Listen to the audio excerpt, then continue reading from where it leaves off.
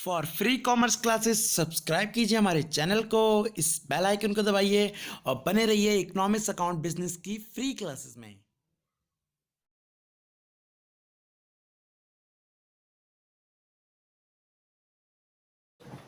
Hello students, मैं रवि कश्यप और स्वागत करता हूं आपका इकोनॉमिक्स की 95 प्लस सीरीज में। स्टूडेंट्स, आज जो हम डिस्कस करने वाले हैं वो आपकी 11th की इकोनॉमिक्स से एक इंपॉर्टेंट चैप्टर डिस्कस करने वाले हैं, जो कि है रूरल डेवलपमेंट। रूरल डेवलपमेंट अपने में एक बहुत ही खास चैप्टर है, क्योंकि ये हमारी एक्चुअल इकोनॉमी को शो करेगा। तो बात करते हैं, मैं पहले ये इंट्रो देना चाहूंगा इस चैप्टर के बारे में। बेसिकली हम सबको पता है कि हमारा देश का जीडीपी हमारे देश की ग्रोथ को शो करता है, और जीडीपी के अंदर मतलब ग्रॉस डोमेस्टिक प्रोडक्ट के अंदर प्राइमरी, सेकेंडरी एंड टर्शरी मतलब तीनों सेक्टरों, प्राथमिक, द्वितीयक और तृतीयक, तीनों क्षेत्रों का प्रोडक्शन लिया जाता है। जहां फ्रीडम के बाद से हमारे सेकेंडरी और थर्ड सर्विस सेक्टर में प्रोडक्शन बढ़ा है, वहीं पे अगर परसेंटेज की बात करें तो एग्रीकल्चर सेक्टर का प्रोडक्शन बढ़ा है। और अगर हम बात करें एग्रीकल्चर, तो मोस्टली रूरल एरिया में, गांव, रूरल मतलब गांव एरिया, ग्रामीण एरिया, वहां पर क्या की जाती है, खेती की जाती है। तो अब खेती होने के बावजूद भी होता क्या है, हमारा सर्विस सेक्टर और इंडस्ट्री सेक्टर बड़ी तेजी से फूल रहा है, बड़ी तेजी से आगे बढ़ रहा है, लेकिन उतनी तेजी से हमारा एग्रीकल्चर नहीं बढ़ पा रहा है, जिसकी वजह से हमारा जो रूरल एरिया है वो थोड़ा क्या होता जा रहा है, बैकवर्ड होता जा रहा है। तो इसके बैकवर्ड होने के कारण क्या है, इसको कैसे ठीक कर सकते हैं, ये सारे हम इस टॉपिक में डिस्कस करेंगे। तो चलिए स्टार्ट करते हैं। सबसे पहले इसमें एक दिया हुआ है कि रूरल डेवलपमेंट अगर आप करना चाहते हैं तो किन किन चीजों पर आपको ध्यान देना पड़ेगा, किन किन बातों पर आपको कदम उठाने पड़ेंगे। तो पहला बता रखा है कि अगर आपको रूरल डेवलपमेंट करना है तो आपको इंफ्रास्ट्रक्चर ठीक करना पड़ेगा अपना, ठीक है। अगर आप रूरल डेवलपमेंट करना चाहते हैं तो आपको ह्यूमन कैपिटल फॉर्मेशन अच्छा करना पड़ेगा आपको। अगर आप ये करना चाहते हैं, क्या कहते हैं, रूरल डेवलपमेंट, तो आपको जिस प्रोडक्शन जो करने के लिए जो टेक्नोलॉजी की जरूरत होती है, जो रिसोर्सेज, जो मशीनों की जरूरत होती है, उनको क्या करना पड़ेगा, ठीक करना पड़ेगा। उसके बाद गरीबी बहुत ज़्यादा है, कहाँ पर, रूरल एरिया में, गांव में, तो उस गरीबी को दूर करना पड़ेगा। और लास्ट में खेती करने के लिए सबसे ज़्यादा जमीन जरूरत होती है, वो होती है ज़मीन की। तो जो ज़मीनें बिखरी हुई हैं, जो अनउपजाऊ भूमि है, उनका कुछ सॉल्यूशन निकालना पड़ेगा। ये थे मुद्दे किसके, ग्रामीण विकास के बेसिकली। लेकिन जब यहाँ पे आते हैं, वो टॉपिक स्टार्ट होता है रूरल क्रेडिट से। रूरल क्रेडिट, ग्रामीण साख, ठीक है। तो ग्रामीण साख के अंदर मैं बताऊं तो बेसिकली होता क्या है, नॉर्मली किसानों को, देखो, किसानों को जब वो अपनी फसल बेचते हैं ना, तो 2 से 3 लाख, 5 लाख, 10 लाख रुपए की उनकी फसल बिकती है। लेकिन इतने लाख की फसल उगाने के लिए उन्हें 50 या कह लो 1 लाख रुपए उसमें फसल में लगाने पड़ते हैं, पानी के लिए, बीज के लिए और रख रखाव के लिए, ठीक है। लेकिन वो 1 लाख रुपया आएगा कहाँ से बेसिकली, ठीक है। तो वो किसी महाजन, जमींदार या किसी वहां के गांव के लाला से ले लेते हैं, लेकिन बाद में उनके चक्कर में ब्याज में फंस जाते हैं और फिर बाद में सुसाइड कर लेते हैं। ऐसी स्थिति आ जाती है। अगर उनकी फसल बर्बाद हो गई तो और प्रॉब्लम, ठीक है। तो यहां पर अभी हम बात कर रहे हैं, जो रूरल क्रेडिट है उसको 3 कैटेगरी में बांटा गया है। रूरल क्रेडिट मतलब लोन लेने को। तो सबसे पहले को बोला गया शॉर्ट टर्म, शॉर्ट टर्म को बोला गया अल्पकाल, शॉर्ट टर्म क्रेडिट या लोन कह सकते हो आप, अल्पकाल ऋण, ठीक है, ऋण ही है ना, आई थिंक। ऋण को यहां पर साख भी बोला गया है, ठीक है। दूसरा है यहां पर मिडिल, मिडिल के लिए वर्ड यूज करा गया है यहां पर आपका medium term credit, medium term credit, मध्यकालीन, मध्यकालीन साख, ठीक है। उसके बाद नेक्स्ट जो लास्ट है यहां पर वो आ गया आपका लॉन्ग टर्म। लॉन्ग टर्म का मतलब जिसमें लंबे समय के लिए ऋण चाहिए होता है, तो उसे क्या बोलते हैं, लॉन्ग टर्म, दीर्घकालीन, क्या बोलेंगे उसे, दीर्घकालीन साख, और इसे यहां पे क्या लिख देंगे, क्रेडिट। अब आप देख रहे होंगे कि ये लोन जो है हमने 3 कैटेगरी में बांट दिया है, 3 कैटेगरी में बांटा है। तो अगर लोन 6 से 12 महीने के लिए लिया जाता है, 6 से 12 महीने के लिए, तो वो कहलाता है अल्पकाल साख, अल्पकाल साख, short term loan, 6 to 12 month, ठीक है।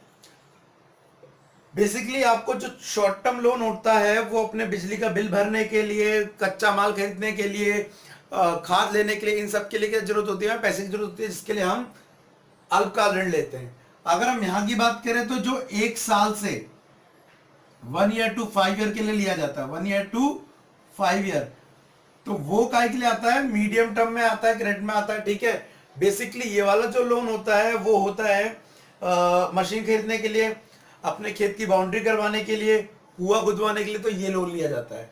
और उसके बाद आता है लॉन्ग टर्म। लॉन्ग टर्म में आपको बता दूं, जो 5 से 20 साल के लिए लिया जाता है, जो 5 से 20 ईयर के लिए लिया जाता है, वो होता है लॉन्ग टर्म क्रेडिट।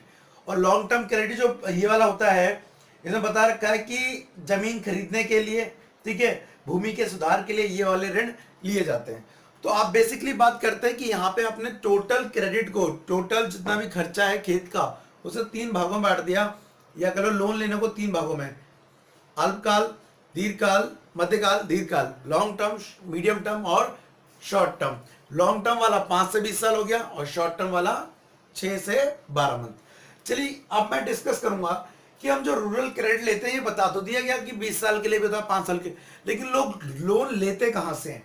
देखो मैंने भी बताया, कुछ लोगों को सरकार ने बोला है लोन देने के लिए, कुछ लोगों को सरकार ने बोला है, अब भी कोई व्यक्ति नहीं, संस्थाएं बनाई है सरकार ने, वो लोन देंगी, और कुछ को नहीं बोला तब भी वो लोन देते हैं। तो जितनों को भी सरकार ने बोला है, ठीक है, वो आते हैं सारे इंस्टीट्यूशनल सोर्सेज में, और जितनों को भी सरकार ने ऑथोराइज नहीं किया है, वो आते हैं नॉन इंस्टीट्यूशनल सोर्सेज। इंस्टीट्यूशनल को हिंदी में बोलेंगे संस्थागत, और नॉन इंस्टीट्यूशनल को बोलेंगे गैर संस्थागत। चलिए समझते हैं क्या है ये। तो source of rural credit head डालेंगे हम, सोर्स ऑफ रूरल क्रेडिट, ठीक है। आपको गांव में क्या लेना है, लोन लेना है, तो वही बता रहा है कि यहां पे साख के स्रोत की बात हो रही है, ठीक है।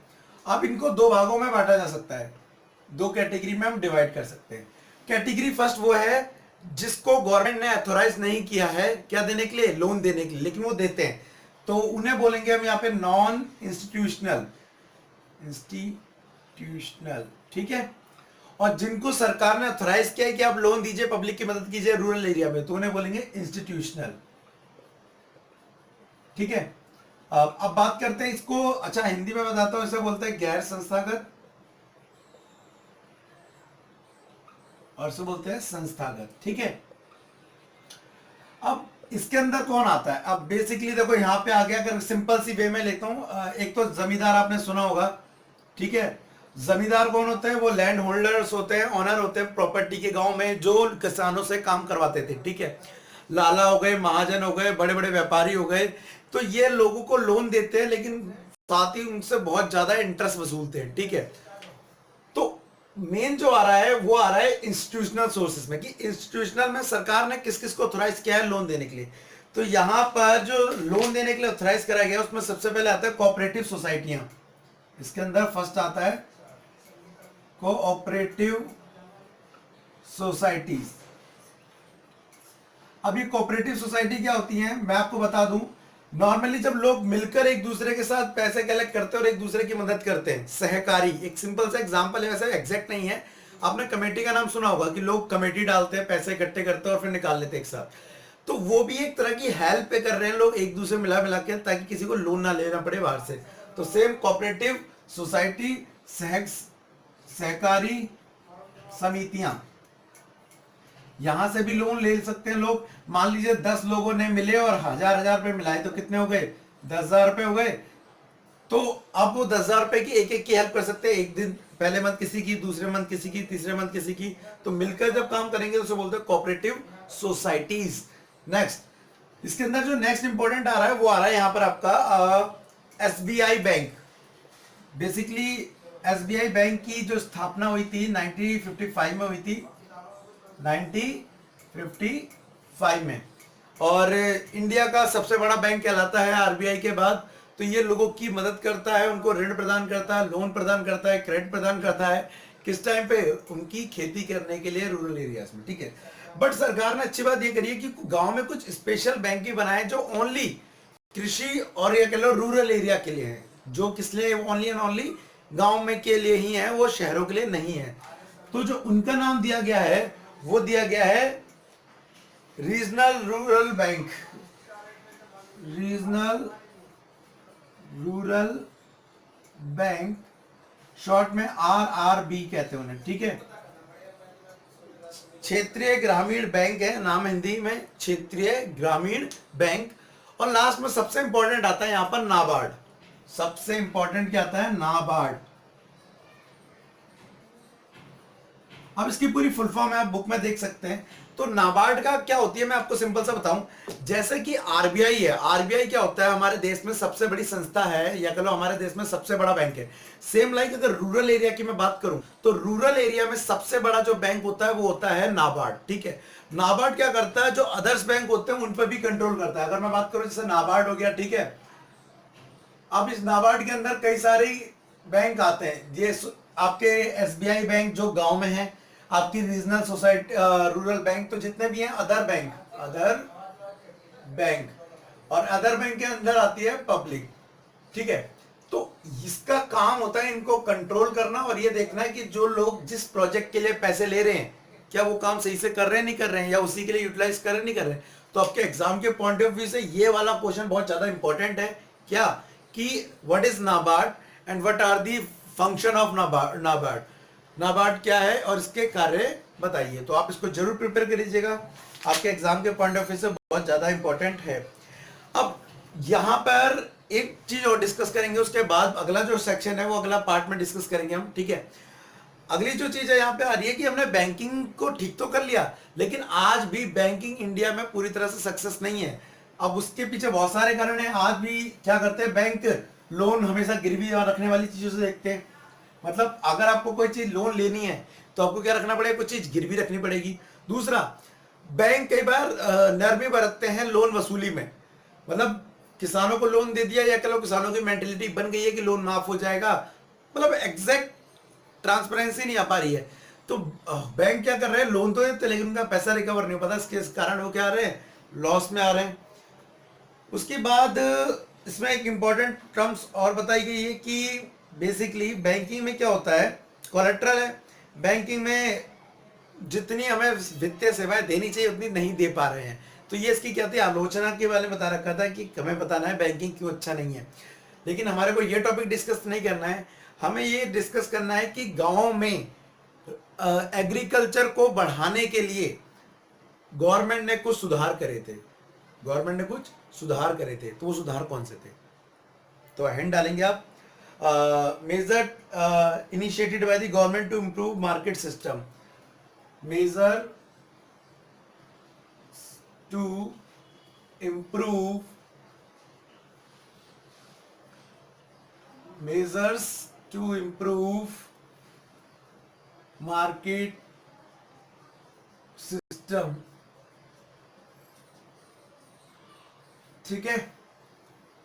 हिंदी में इसका मतलब है कि जो विपणन प्रणाली है, मतलब विपणन प्रणाली आने ले जाने बेचने, मतलब बनाने से लेके बेचने तक की पूरा प्रोसेस को हम कहते हैं मार्केटिंग सिस्टम, विपणन। तो उसको कैसे सुधार करेंगे? तो गवर्नमेंट ने बेसिकली यहाँ पे 5-6 काम किए सबसे जरूरी। तो यहाँ पे जो पहला काम आ रहा है वो ये आ रहा है यहाँ पर कि नॉर्मली पहले किसानों को ये नहीं पता था कि हम अपनी फसल को बेचेंगे कहाँ पर। मतलब बना लिया लेकिन उनको अपने कस्टमर नहीं मिल रहे। तो गवर्नमेंट ने क्या स्टार्ट करी? उनके लिए रेगुलेटेड मार्केट स्टार्ट करी। रेगुलेटेड मार्केट, रेगुलेटेड मार्केट का मतलब है एक सिंपल सा, हिंदी में कहेंगे इसको नियमित मंडियां, ठीक है। अब इसका मतलब क्या है? इसका मतलब यह है कि मान लेते हैं कि पहले किसानों को पता नहीं पड़ रहा था कि उनको अपनी फसल बेचने का। अब सरकार ने एक जगह स्थान निर्धारित कर दिया कि संडे को मान लेते 4 बजे यहाँ पर जितने भी विक्रेता हैं सारे मिले, और जितने भी विक्रेता वो यहाँ पे आ सकते हैं और अपनी फसल को बेच सकते हैं। अब यही फायदा है। यहाँ पे क्या हुआ? मार्केट लग गई, तो कस्टमर को सेलर नहीं ढूंढना पड़ता और सेलर को कस्टमर नहीं ढूंढना पड़ता, तो आराम से क्या कर सकते हैं? कर सकते हैं। अब जैसे कि यहाँ पे एक एग्जांपल के लिए यूट्यूब के थ्रू आप और मैं एक दूसरे से, मैं आप पढ़ रहे हैं, मैं आपको पढ़ा रहा हूँ, लेकिन अगर यूट्यूब ना हो तो क्या जरिया है कि आप उतनी दूर बैठ कर मैं आपको कैसे समझाऊंगा, ठीक है, पॉसिबल ही नहीं है यार। ओके, पॉइंट नंबर टू जो यहाँ पे आपका पॉइंट है वो है यहाँ पर कोऑपरेटिव एग्रीकल्चर मार्केटिंग सोसाइटी। यहां पर भी कुछ सोसाइटीज बनाई गई हैं जो लोगों की मदद करेंगी किसमें, उनके प्रोडक्ट को बेचने में, उनके एग्रीकल्चर प्रोडक्ट को बेचने में, ठीक है। तो कोऑपरेटिव सोसाइटी, कोऑपरेटिव सोसाइटीज, ठीक है, फॉर एग्रीकल्चर। अब ये एक बार क्लियर कर लें आप सब अपने दिमाग में कि कोऑपरेटिव सोसाइटी होती क्या है। हिंदी में कहते हैं सहकारी समितियां, ठीक है। इसका मतलब क्या है, बेसिकली जब नॉर्मली लोग आपस में मिलकर संगठन बनाते हैं ना, लोग आपस में मिलकर संगठन बनाते हैं एक दूसरे की मदद करने के लिए, अब वो चाहे फाइनेंस के मामले में हो या एग्रीकल्चर के मामले में हो, तो उसे बोलेंगे कोऑपरेटिव सोसाइटी फॉर एग्रीकल्चर। इससे भी लोगों को मदद मिली।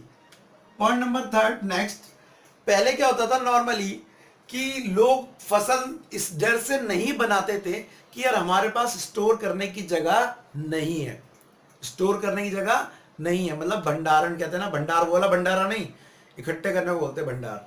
तो उसकी जगह ही नहीं थी हमारे पास, माल बना कर रख लिया, मान लो बारिश पानी आया तो दिक्कत हो जाएगी, तो गवर्नमेंट ने उन्हें वेयर हाउसेस बना के दिए जहां पे आप क्या कर सकते हैं, अपना माल स्टोर कर सकते थे। तो क्या बनाए, वेयर हाउसेस, ठीक है, भंडार गृह की सुविधा, ठीक है, वेयर हाउस फैसिलिटी कह सकते हैं आप। वहां पर आपको क्या दी गई, वेयर हाउस की फैसिलिटी दी गई।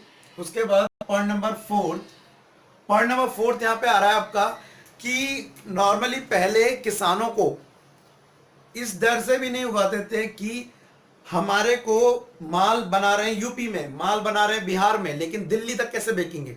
तो गवर्नमेंट ने क्या करा, उनके सामान को लाने ले जाने के लिए जो रेलवे के थ्रू किराया लगता है उसमें क्या कर दी, कमी कर दी।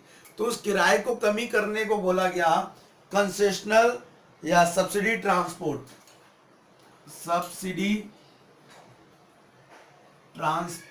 ठीक है, रियायती यातायात, ठीक है। उसके बाद पॉइंट नंबर 5 है यहां पर एमएसपी, मिनिमम, ये इंपॉर्टेंट है, minimum support price, in short MSP, न्यूनतम समर्थन कीमत, ठीक है। इसका मतलब समझो क्या होता है, आप किसान हैं, आपके दिमाग में एक डर है कि यार मैंने फसल बना ली लेकिन सभी लोग गन्ने की फसल कर रहे हैं, मैं भी गन्ने की फसल कर रहा हूं, क्या मेरी फसल बिकेगी, हो सकता है दूसरे की फसल बिक जाए। तो मान के चलता हूं आपकी फसल में बनाने में खर्चा आया 100 रुपए का, मान के चलता है एग्जाम्पल के लिए, तो आप एक्सपेक्ट कर रहे हैं कि मेरे को 150 रुपए मिल जाए मेरी फसल के, 180 रुपए मिल जाए, 200 रुपीज मिल जाए।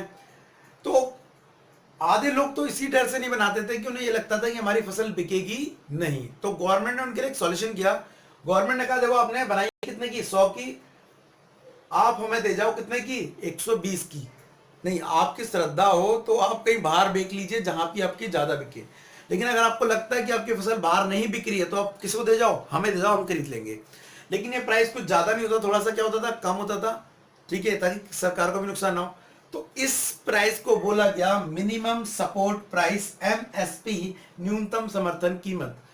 अब इससे फायदा क्या हुआ, किसान के दिमाग से डर खत्म हो गया कि यार मेरी फसल बिकेगी नहीं, तो अब वो क्या करने लग गया, ज्यादा उत्पादन करने लग गया। तो ये एक अच्छा फायदा था इसका।